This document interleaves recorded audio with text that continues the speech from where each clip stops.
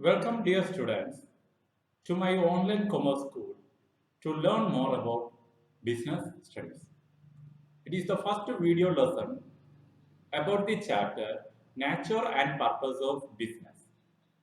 Today, you are going to learn more about the different concepts in business studies from the chapter Nature and Purpose of Business.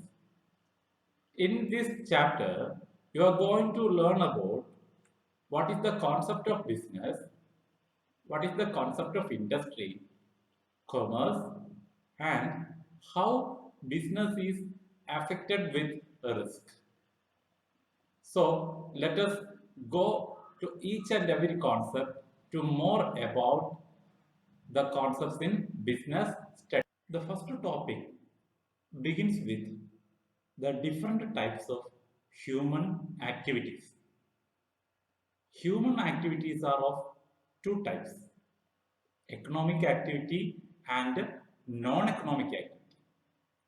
You know very well, our human beings doing different activities.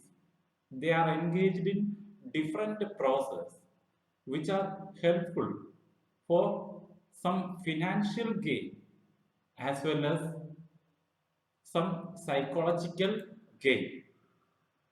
So in this lesson, we are going to learn about that type of human activities which may be economic activity or non-economic activity. So economic activities which are helping the human being for earning some financial benefits. At the same time, non-economic activities are also there. In this chapter, we are going to learn more about economic and non-economic activities. And as a basic chapter in nature and purpose of business, we are learning what is business, what are the different types of business, what is commerce, what is trade, what is industry, and what are the different types of industry, and how we will overcome the different risks in business. So in this video lesson, you are going to learn more about what is economic activity. As I told, economic activities are those activities which are helping to earn more financial benefit. Activities such as a teacher, suppose I am teaching you now, for getting some financial benefit. A doctor is treating his patient, a lawyer to his client. So all people's doing these activities for some financial benefit. That is why these type of activities are known as economic activities. From this picture also you will get the idea. This person is selling vegetables for getting some money as his income. So all the activities which are undertaken for financial benefit is known as economic activity. Keep in your mind, we are going to learn more in detail about economic activity only. So remember the value point. Economic activities are those activities which are undertaken for financial benefit. So next activity is non-economic activity. You know very well, we are getting some feelings, some mental pressure when we are interacting with our friends, our relatives. When we are giving some shake hand to our friends, we are getting a smile in our face. So non-economic activities are those activities which are undertaken for some psychological benefits, for some mental satisfaction. So all these examples from this picture also it is very clear. Mother is cooking food for family, no earnings, only for mental satisfaction. When we cook food for our friends, at that time also we are getting some satisfaction. That is why it comes under non-economic activity.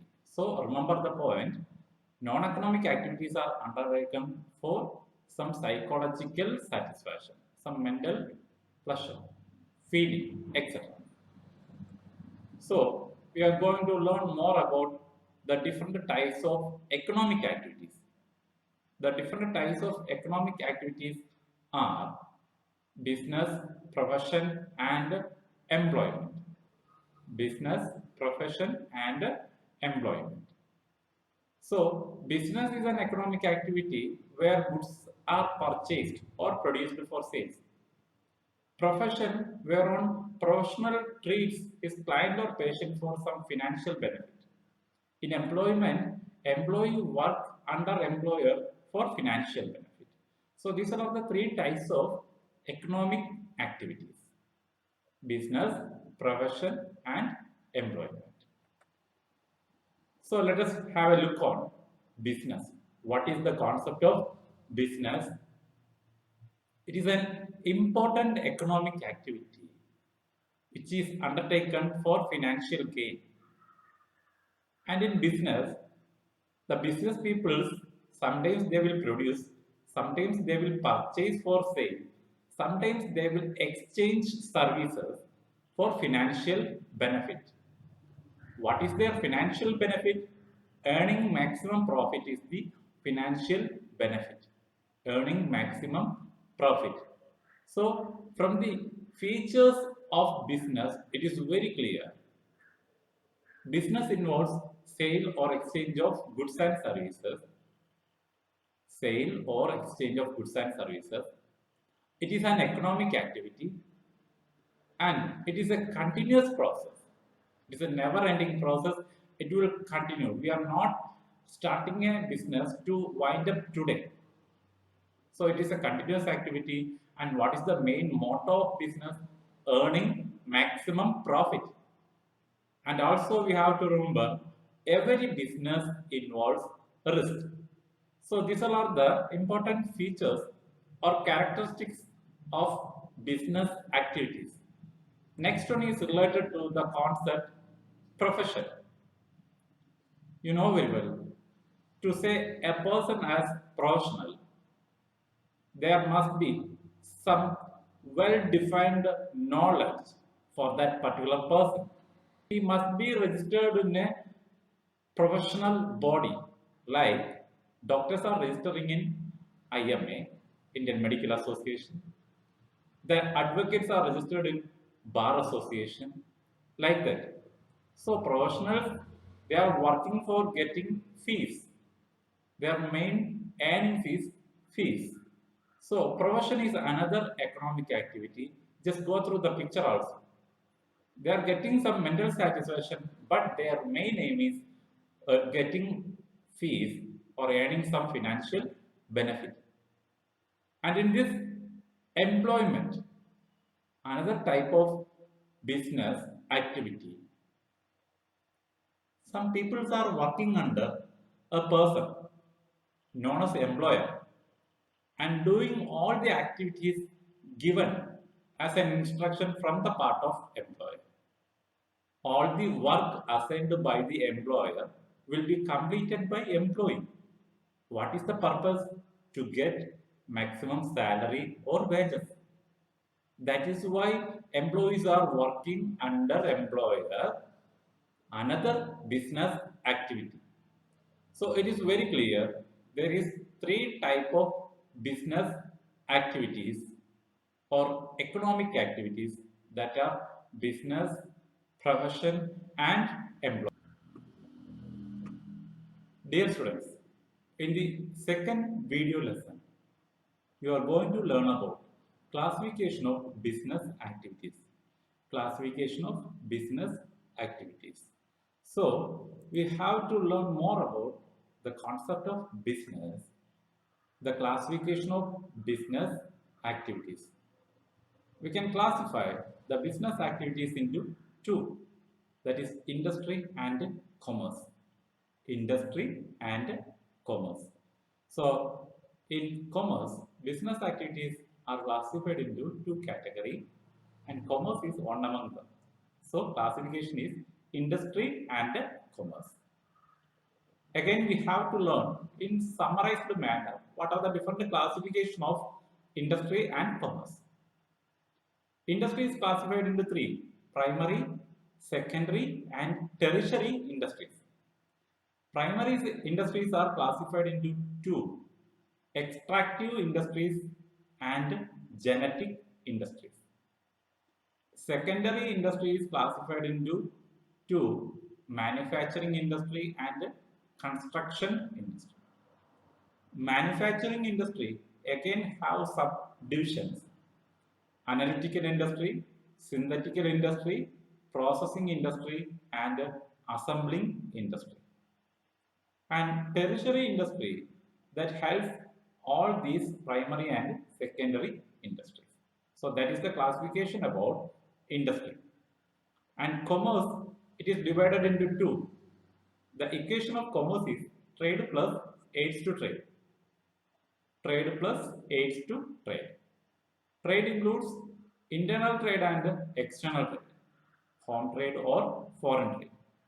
And some activities are there which helps trade that comes under the category auxiliaries to trade.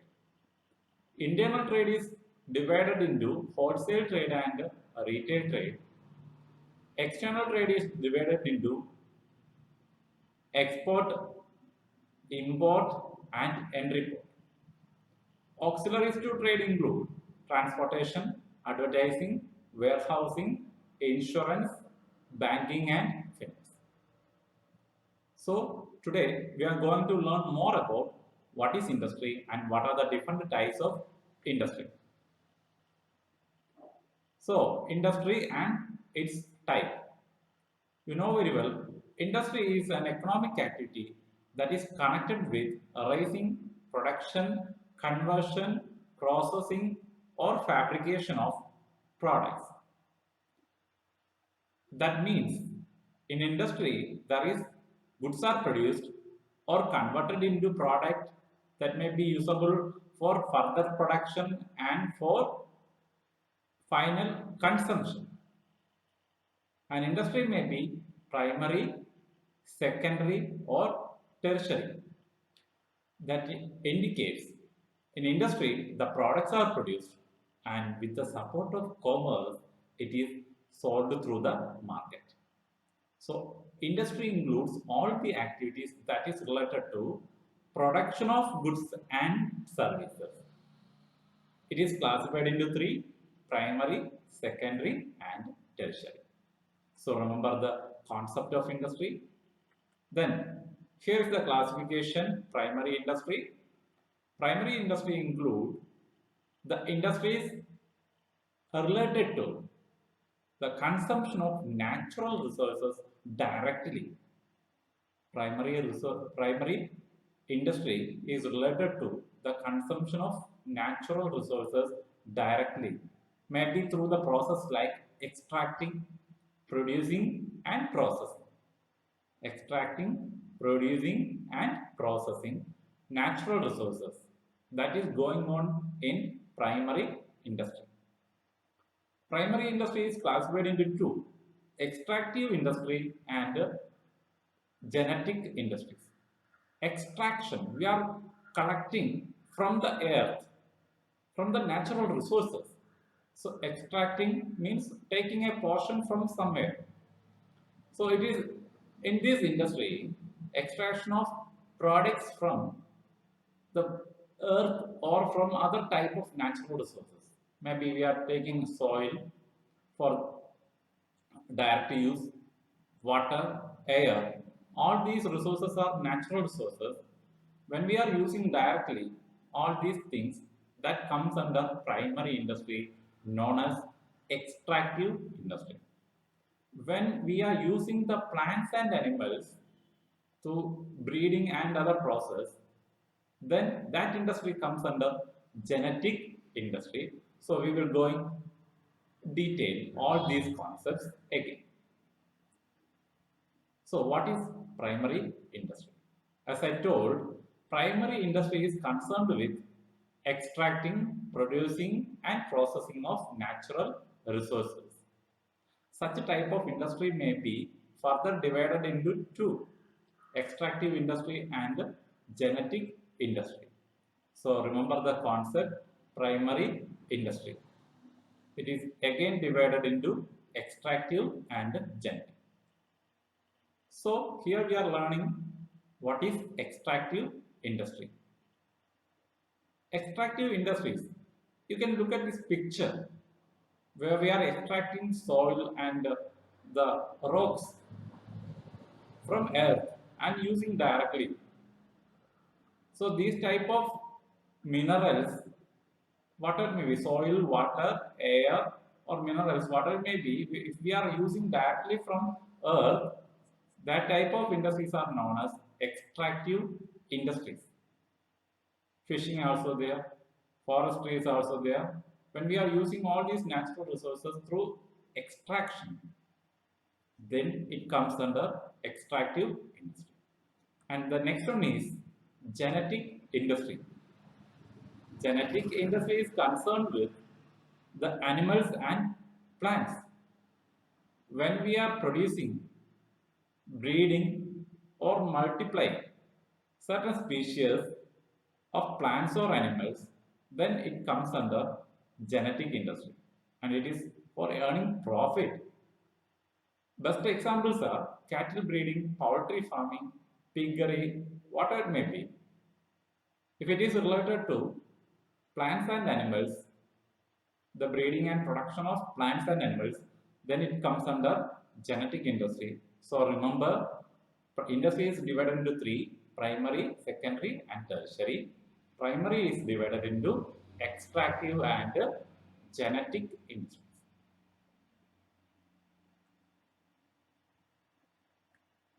Here we are going to learn more about secondary industries. Secondary industry. In secondary industry, there we are using whatever may be the materials collected through primary industries. Secondary, as the name indicates, here the materials from primary industry is used for further production and modification.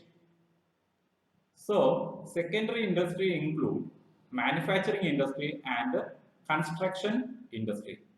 Manufacturing means creating new one. Construction means construction of building, roads, bridges, canals, etc. So we are going to learn more about manufacturing industries. Manufacturing industry, you know very well, lots of examples are available in our day-to-day life when we are manufacturing some new items by converting the raw materials collected from primary industry. Then it comes under manufacturing industry. Car manufacturing, bike manufacturing, vehicles or any other electronic items or food items, then it comes under manufacturing industry. Remember the definition. Manufacturing industry refers to those activities concerned with the conversion of raw materials or semi-finished products into finished goods. It is usually done in factories. Finished goods. Finished goods means it is for the final consumption. Analytical industry. In analytical industries, the products are separated into different types. Best example is oil refineries, where petroleum products are created. So the name indicates their analysis is going on for creation of new product from the raw materials or semi-finished products. After analyzing, they are separating it into different products. Remember the example oil refineries, where we are getting different type of petroleum products. And the second one is synthetical industry. Synthesis, that is the process going on there. So these type of industries combines various ingredients into new products. So best example here given is cement industry. From different waste raw materials, they are creating cement.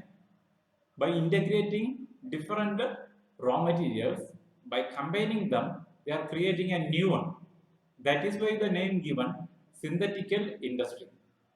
Remember the terms analytical industry, they are analyzing and separating. Synthetical industry, they are creating a new one by combining. And the next one is processing industry. They are, after a continuous process, they are creating some finished product. So through different steps, through successive steps or stages, they are manufacturing a new finished product for final consumption.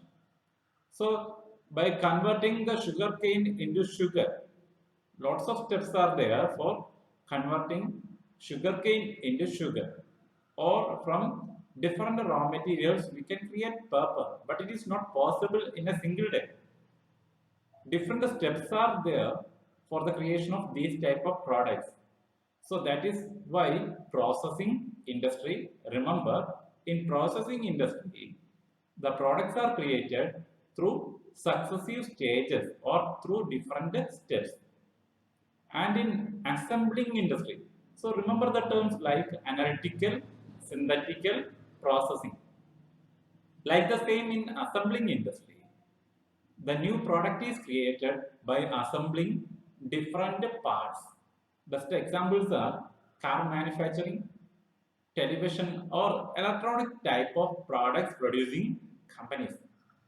Different parts are joined together for creating new one, assembled together for creating new product. So remember, these are the types of secondary industry. And the next one is construction industry. The construction industry, where we are constructing new buildings, new bridges, roads, etc.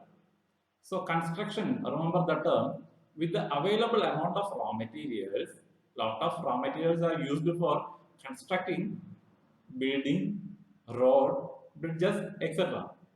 So that is why when we are using the raw materials for the production of some other things, then it comes under the secondary industry. So construction industry is also a secondary industry where the materials of primary industries are used for construction of building, then road and bridges. And the last type of industry is tertiary industry.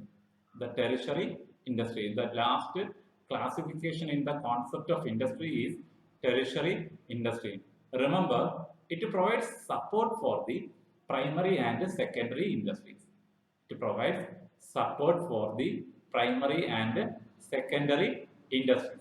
You remember the concepts like transportation, then banks, insurance, or online platforms. All these activities are supporting the primary and the secondary industry for their successive running, for earning profit. So here we are creating goods or services. So remember, industry, where we are producing goods and services, it is classified into three: primary industry and secondary industry and tertiary industry. Primary industry is classified into two: extractive and genetic. Secondary industry classified into manufacturing, analytical, synthetical, processing, assembling, and construction. And the last category is tertiary industry. Hope the concept of industry is very clear. In the next video lesson, we will learn about commerce. Dear students, in this third video lesson from the chapter Nature and Purpose of Business, you are going to learn about commerce. What is commerce and what are the different types of commercial activities? So, in Indian industry, we have learned what is the concept of industry, how the products are produced. But in commerce, you are going to learn about how the products are exchanged, how the products are exchanged to the hands of consumers. So, in a brief sense, you can develop the concept what is commerce. It includes all the activities which are engaged in the removal of hindrances, hindrances in the sense disturbance, obstacles in the path of exchange of goods from producer to consumer. So commercial activities helps for the easy flow of goods and services from producer to ultimate consumers. So remember the definition. It is the sum total of all those processes which are engaged in the removal of hindrances of person or place or time in the exchange of commodities. And on commerce equation is there, commerce includes trades plus aids to trade. It includes trade plus aids to trade. So commerce is equal to trade or activities related to trade plus the activities supporting trade. So we are going to learn more about trade. You know, so one of the classification of commerce is trade. It includes the buying and selling of goods. Commerce includes buying and selling of goods and services and all other activities that support the free flow of goods comes under the category auxiliaries to trade. So trade plus auxiliaries to trade is commerce. So trade includes buying and selling of goods. The products produced in industries are sold to the consumers. At that time, the exchange is over. That is known as trade. Trade is classified into different categories: home trade and foreign trade. Trade is of two types: home trade and foreign trade. When goods are sold within the country, that is known as home trade.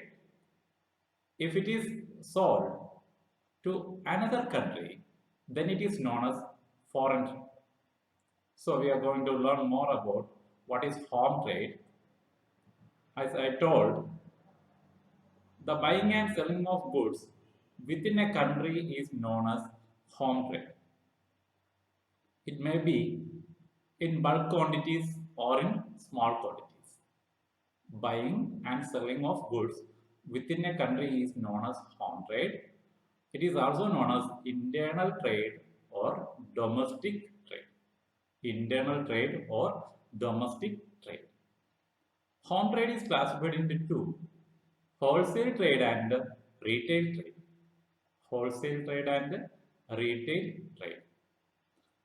When the seller purchases goods from producer in bulk quantity to distribute it to the retailers in small quantity, then it is known as wholesale trade. Buying and selling of goods in bulk quantity is held in wholesale trade, where the wholesaler purchases or collects goods from different producers and selling it to the consumers or retailers. Then there is bulk distribution of goods is happening. We will learn all these concepts in detail in the chapter internal trade. So next one is retail trade. In retail trade, goods are sold in small quantities. Goods are sold in small quantities to the consumers. So they have direct contact. Retailers have direct contact with the consumers. They are purchasing product from producer or from wholesaler or from an agent and sell it to the consumer by charging their profit also. So these are the two types of home trade or domestic trade: wholesale trade and retail trade. Next one is the next classification of trade, that is foreign trade. When goods are sold in between countries, two different countries, India is selling medicinal items to America, then it comes under foreign trade. When Kerala business peoples exchanges products to Tamil Nadu business or consumers, then it comes under home trade. So remember, foreign trade is in between two different countries. It is classified into three. Foreign trade is classified into three: import trade, export trade, and import trade. Import trade, where goods are purchased from another country. Suppose India is purchasing goods from Afghanistan, then it comes under import trade. Just remember, it consists of purchasing of goods from supplier of a foreign country for home use. For home use. When we are collecting means purchasing goods from another foreign country, maybe Britain or any Gulf countries, then it comes under import trade. And another one is export trade. Here we are selling goods to another foreign country. When we are selling our available products to a foreign country or to a Gulf country, whatever may be, then it is known as export trade. Exporting, the process or the term we are using. Exporting products. Here we are not purchasing, we are selling the product. In import trade, we are purchasing. In export trade, we are selling. And the last category is import trade. Here we are collecting means importing goods from some foreign countries, and after some modification, we are selling it to another foreign country. That is known as import. Importing from one country and exporting to another country. So these are the different categories of trade involved in foreign trade. So trade can be classified into three categories. Foreign trade can be classified into three categories. What are they? Import trader, export trader, and import trade. So remember all the concepts in commerce. Commerce is divided into two: trade plus auxiliaries to trade. And here comes the auxiliaries to trade. You know well, auxiliaries to trade include all the activities which support the buying and selling of goods, like transportation, communication, warehousing, banking, insurance, etc. All these activities helps for the easy flow of goods and services from producer to consumer. So the different items coming under auxiliaries to trade are transportation, warehousing, storage, insurance, banking and financing, advertising, salesmanship. So you know very well, transportation and communication helps for the easy flow of goods from different areas. Transportation helps for the physical movement of goods. Communication helps for the easy flow of information. So transportation, only due to the support of road, rail and postal transportation, we are getting multiple products from different parts of the world. And due to the support of communication system, we are getting more support. We are getting more support and as awareness about the new products produced in foreign countries. So remember, transportation and communication helps for the easy flow of goods and services. Then comes the banking and finance. Every time business activity needs necessary funds. So with the support of banking or any type of financial institutions, business peoples are getting funds.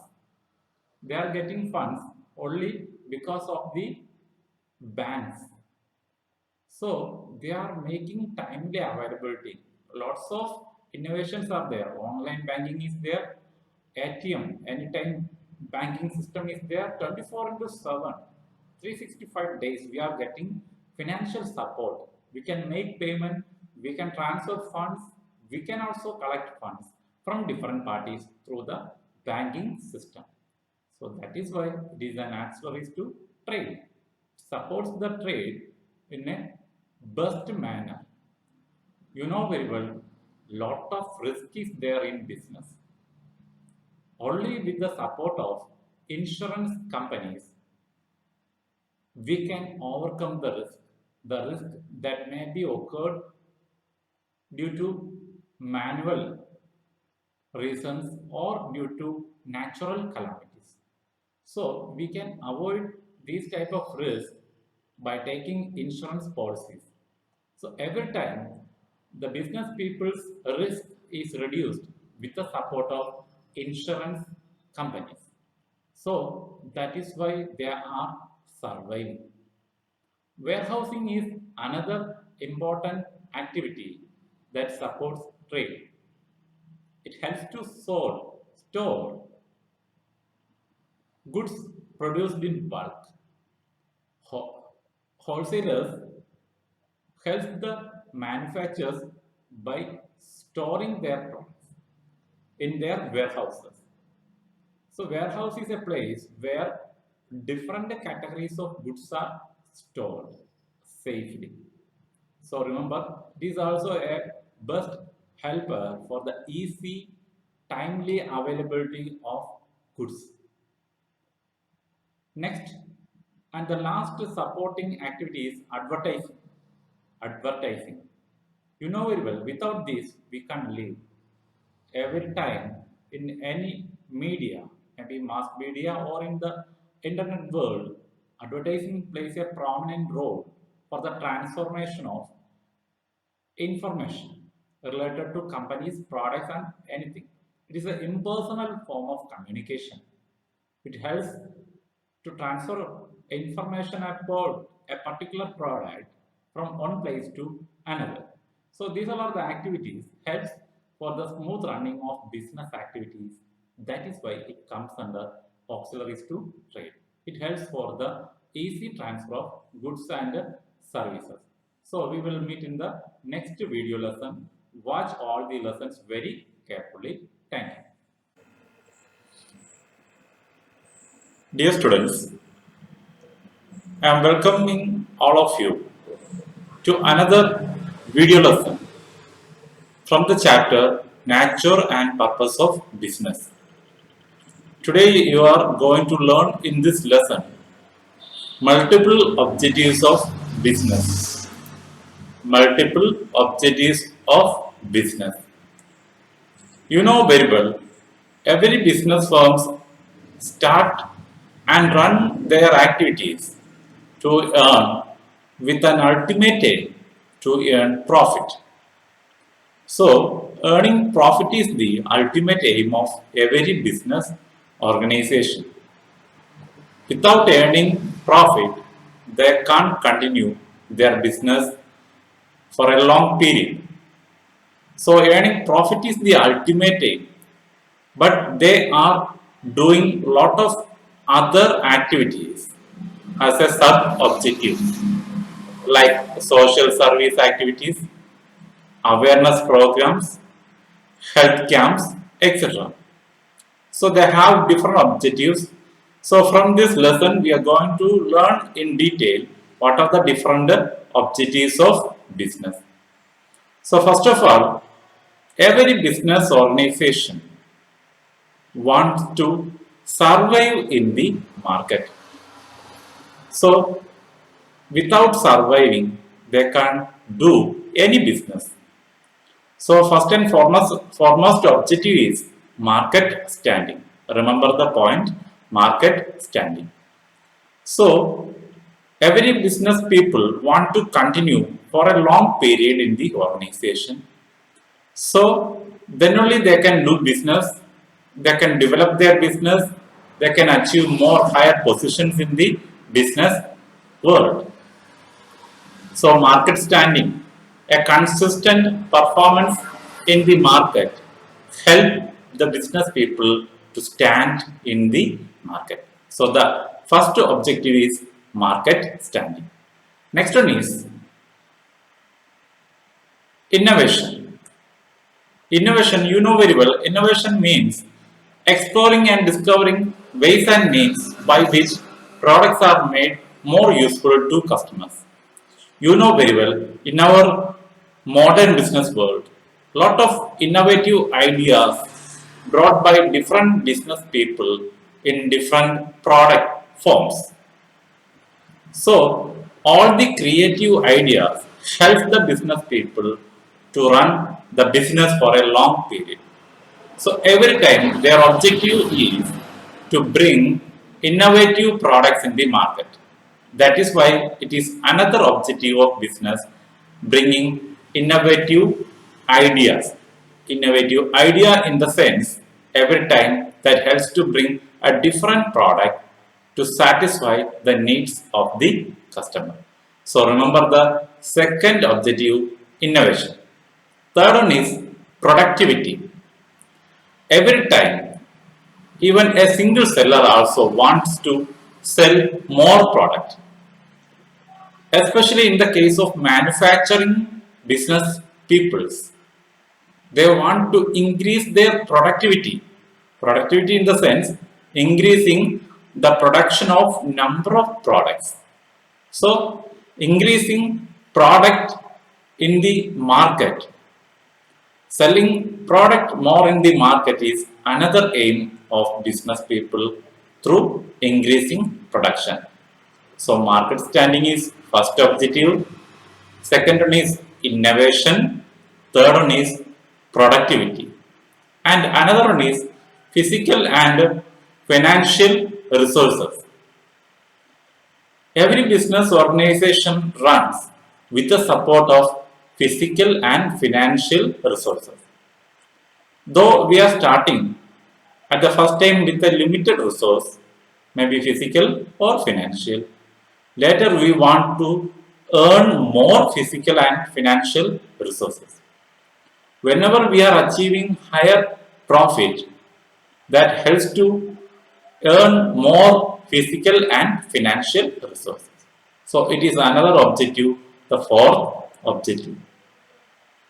And every time the company wants to improve the performance of managers and the development of the organization. Yet another objective of business people and the firm.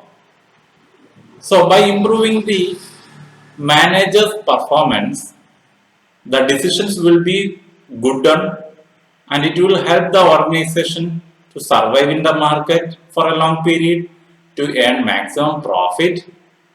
Also they can earn more future growth. So future growth means development of the organization, creating new branches, bringing new technologies in the market. So all these are objectives of business. You know very well, every time the workers' performance and attitude is considered by the organization. Why they are considering all these things? Whenever they give more incentives, there will be a positive attitude towards the organization from the part of the employees. So through which they can improve the performance of workers and a positive attitude towards the organization. It is also another objective of the business people to improve the performance of not only the manager but also the workers. Why? Because they are in huge number in the organization. So every time keeping and developing positive attitude of the workers is very essential for the running of the business. Without a favorable relationship between the management and the workers, they can't do anything. So that is also another important objective of the business. You know very well, nowadays business people do more social activities. They are spending time on socially responsible activities. Why? It is yet another objective. They want to give some attention for the peoples in their locality. Why? Because without the support of the community or the society, the business people cannot survive in the field. That is why they are giving maximum. That is why they are keeping business ethics. They are giving products at reasonable prices, creating more employment opportunities, taking raw materials from the same locality. So, social responsibility is another objective of the business. You have to remember the very important point. Every time business people wants to earn maximum profit. That is the main motto of their business. But they are giving more importance for market standing, improving workers' performance, managers' performance, social responsibility, bringing innovative ideas, whatever it may be, they given maximum importance for earning profit. So without profit, they can't do anything. Profit helps the business in different ways. You have to remember the heading, role of profit in business. So profit helps the business in different ways. It is the main source of income for the organization. It gives growth and expansion opportunity to the business. So it is a main source of income. It helps for the growth and expansion of the business. It, it helps the stakeholders to assess the earning capability of the organization. It is a reward for the business people, the entrepreneur, to take a risk. So to overcome the risk, profit always helps, and it is a good status every time. If they are earning more profit, it is a good status for the business man and the firm, and it is the main source of income to raise funds. It is a main source of income for raising funds. So hope the idea regarding objective of business is very clear. Thank you for watching my video. Keep in touch, share my videos, subscribe my channel, and any doubts please ask. Dear students, the next topic in the chapter, nature and purpose of business, is business risk. Business risk. In the future of business, we learn it involves uncertainty. There is a possibility of occurring loss in the business firm.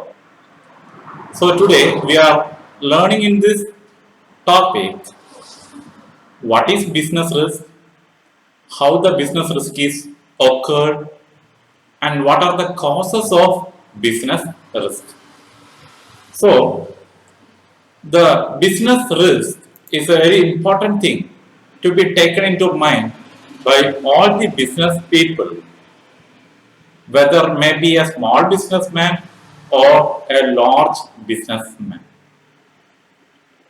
So business risk, as I said, a risk means the possibility of occurring loss.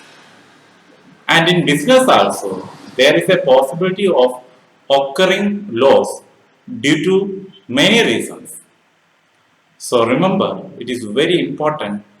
We have to be beware of that type of possibility to lose our cash, maybe knowingly or unknowingly. So remember the meaning. Business risk is the possibility to face losses that may be due to natural causes or man-made reasons. So two type of risk is there: speculative risk and pure risk. Speculative risk, as it said, it may be due to mainly due to human beings. We can avoid all these things by taking some measures. So Just read the concept speculative risk. It involves both chances for gain or loss. Such risk arises due to change in the market condition. We know very well. Due to the change in health condition at the present world, we are facing a severe disease named corona. So, developed countries and developing countries, they are facing the problem of change in market condition. Some companies' shares are not sold, it's not selling. So, change in market condition, fluctuation in the demand and supply for the product. If there is no sale of buy of product, there will be change in demand, maybe decreasing demand for the product. Also, change in the taste and preference of the customers also leads to possibility of loss. So these type of conditions we can reduce up to certain level, but pure risk is not controllable. Why? Because it is due to some natural causes like theft, earthquake, strike, etc. So these two type of risks are there, and we are going to learn more about how it is occurred, what are the causes of business risk. So first of all, we have to know about the natural causes. You know very well how the nature affect the business people. Lot of damages are happening due to flood, especially in Kerala. From the last 2 decades we are facing the flood. Now this critical coronavirus. So we have to avoid some natural causes to reduce the level of risk. So sometimes it is expected, sometimes it is not expected. So natural causes include the causes like flood, fire, earthquake, etc. And next one is human causes. Employees are lot of there in organization. All are having different taste and preference. Lot of them are honest, but some are there. They want more money. Their needs are uncontrollable. So here the causes like theft, the bad debts, lot of acts are there against the organization. So it will affect the business future also. So natural causes are there, human causes are there. Due to all these reasons, the business will face losses. Again, some more important points are there.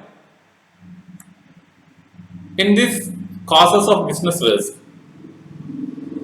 arising from competition. Risk arising from competition. Lot of new products are coming into the market. So every business people want to survive. They will also try to bring new product. How they can survive without new product? They can reduce the price of the product. At that time also they will face losses. If they are bringing new product in the market, they have to introduce new technologies. So severe competition will be there. Due to that, they will face risk. Also the price fluctuations. Price fluctuations may be in the value of stock, the selling price or the price of the product, budget proposals by the government, and the cost and income forecast. It will vary as per the market conditions. So a lot of possibilities are there for the price fluctuation. It also affects the business risk. So these are the concepts regarding the topic business risk. Learn all these things by reading more contents from the web. Also by reading from the books develop your own concepts regarding business risk. So we will meet in the next topic, how we can start a new business organization and what are the factors to be considered for starting a new organization by yourself. So thank you for watching the video. Any doubt, you can discuss with me. Thank you. Dear students, in this last topic of the chapter, nature and purpose of business, you are going to learn a very important topic, that is how to start a business organization. What are the different factors to be considered while starting a business organization? So very important area. You can expect an application level question for the exams. So remember the different factors to be considered while starting a business organization. So first of all, we have to go through the different points that helps for the running or starting of organization. Every time, a better business idea is an asset for the success of the organization. We have to discover it. We have to find out a better business opportunity. The opportunity may be starting a new business or expanding, opening new branches of the existing business, or we can take or purchase another company, or we can work together with another company, that is joint venture. So lots of opportunities are there. Bringing our own idea is very important for the running of a business organization. So first point you have to remember, discover a business opportunity or a best business idea. So next point you have to remember is the size of the business you are going to start. Normally, three categories are there: large size organization, medium size organization, and small size organization. You have to think depending upon the financial capability, which size of organization you prefer. If you have huge amount of money as capital, you can start large size organization. Doesn't have much financial capability, you can start a small size organization. So fixing the size of the business is yet another factor. And the next one is very important point, which form of business organization you prefer. Different forms of business organizations are there. You will learn in detail in the next chapter, forms of business organization.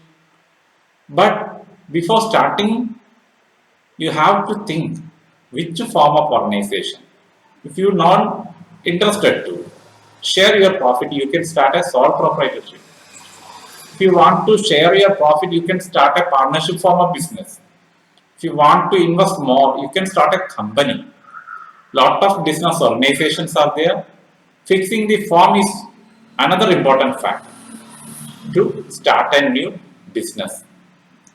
Whenever we start a business, the location of the business organization is very important. We know without the customers, we are nothing. So, ultimate aim of the business is earning profit through the sale of goods to customers. Every time we have to select such a locality where maximum number of customers are available, and we can access the transportation facility, water facility, electricity facility, and marketing facilities also. After considering this factor, we have to start a business. So locality of the business is very important for starting a business organization. You know very well, fund is the lifeblood of every business organization. Without finance, we can't survive. So before running an organization, at the starting stage, we have to think how much capital is needed for your business. Depending upon that, you have to select the size of the organization, and you can assess what are the different other sources from which you can raise funds, maybe by issuing shares or debentures or taking loan from the bank. Whenever we are depending on the borrowed funds, we have to keep in mind the cost of collecting finance. Also, you have to remember what is the amount of fixed capital and working capital needed for your organization. So, it is another factor, the capital needed to start the business organization. Organization of physical facilities, another factor we have to consider while starting a business. Organization of physical facilities. So a lot of materials and humans are needed for running the organization. So depending upon the business idea you selected, you can fix how much physical facilities are needed, raw materials needed, skilled and unskilled workers needed for your organization. Remember, if we have more unskilled workers, there is lot of possibility of risk.